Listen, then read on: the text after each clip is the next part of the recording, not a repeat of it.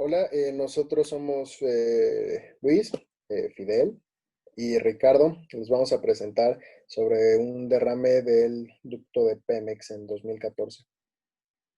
Bueno, pues el problema que nos presentaron es que hubo un derrame del ducto de la refinería de Pemex, ubicada en Cadereyta Jiménez, el cual ocasionó grandes daños al ecosistema del río de San Juan al derramar hidrocarburos nocivos. Esto ocurrió durante una toma clandestina del municipio de Cadereyta y aunque esto pasó en el 2014, los daños que causó el derrame hoy en día tal vez no sean visibles, pero todavía afectan al ecosistema, ya que se detectó que las tuberías todavía expulsan aceites e hidrocarburos al medio ambiente y ahora un grupo de personas del municipio de Cadereyta ingresaron un documento a una organización, el cual alerta el estado del ecosistema y el daño que le están En provocando. cuanto a las características del petróleo, sabemos que es un líquido natural, oleaginoso e inflamable. Está constituido por una mezcla de hidrocarburos que se presentan en la naturaleza. Tanto las propiedades físicas y químicas del petróleo tenemos las siguientes, la cual es la densidad del petróleo es liviano, bueno, es más liviano que el agua. Su peso es influenciado por factores físicos y por la composición química del crudo. Su valor depende de la naturaleza y composición del aceite crudo. Eh, Su color varía del amarillo, rojo, pardo y negro, pero por luz reflejada el aceite crudo es usualmente verde. Su viscosidad o resistencia al flujo se mide por el tiempo necesario para que la cantidad dada de petróleo fluya por una pequeña abertura. Y la vola- volatilidad en el crudo depende de los puntos de ebullición de diversos componentes. ¿Qué Listo. es un hidrocarburo? Los hidrocarburos son compuestos orgánicos formados únicamente por carbono e hidrógeno, como su nombre lo indica. Estos forman enlaces Pues covalentes. bueno, como dijo mi compañero Luis, los hidrocarburos son compuestos orgánicos. Eh, la mayor parte de estos provienen del petróleo y estos son compuestos básicos de la química orgánica. Todos estos comparten una cadena de átomos de carbono, aunque cada uno tiene una molécula distintiva. Los hidrocarburos pueden contener varias combinaciones simples, dobles y triples. Ahora, el agua está formada por dipolos entre los cuales se establecen fuerzas de atracción llamadas fuerzas de hidrógeno.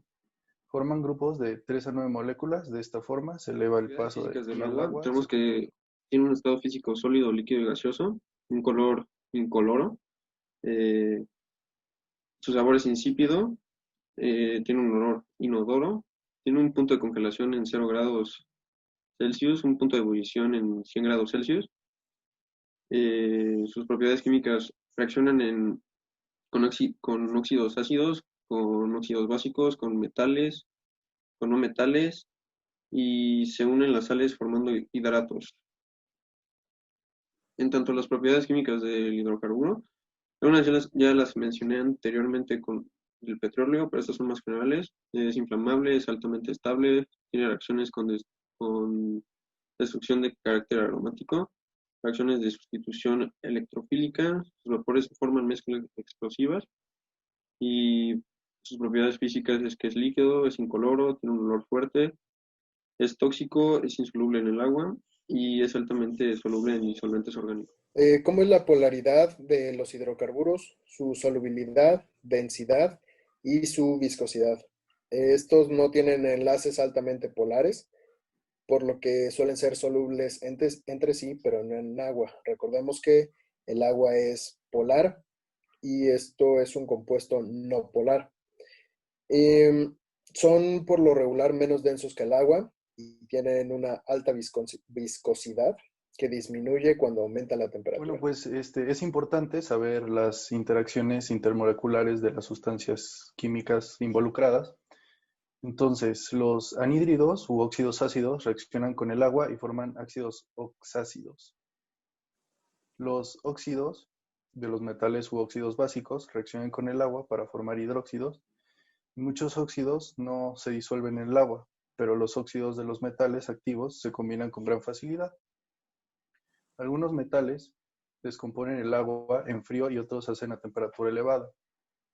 El agua reacciona con los no metales, sobre todo con los halógenos, por ejemplo, haciendo pasar carbón al rojo sobre el agua, descompone y se forma una mezcla de monóxido de carbono e hidrógeno. Y el agua forma combinaciones complejas con algunas sales, denominándose hidratos. Y ahora, ¿cómo vamos a separar el agua del petróleo?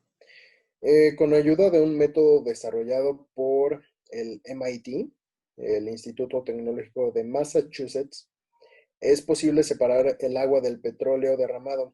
Este método consiste en usar membranas con una estructura jerárquica de poros, o sea, combinan una fina capa de nanoporos con una de microporos. Con esta estructura se le proporciona rigidez suficiente para soportar las altas presiones y pueden ser elaboradas con propiedades hidrofóbicas o hidrofílicas, dependiendo de lo que convenga, si queremos separar agua de aceite o aceite de agua. Entonces, con respecto al reto, nos preguntan que si creemos que se ha respetado el derecho al agua y el derecho a un medio ambiente sano para esta comunidad. Evidentemente, no se ha respetado ni el derecho al agua ni el derecho a un medio ambiente sano. Sin embargo, en 2014 el poder de Pemex era suficientemente grande como para no cargar con las consecuencias de esta violación de derechos. Y aún así, por muy injusto que parezca, en este país pesa más el poder que el medio ambiente.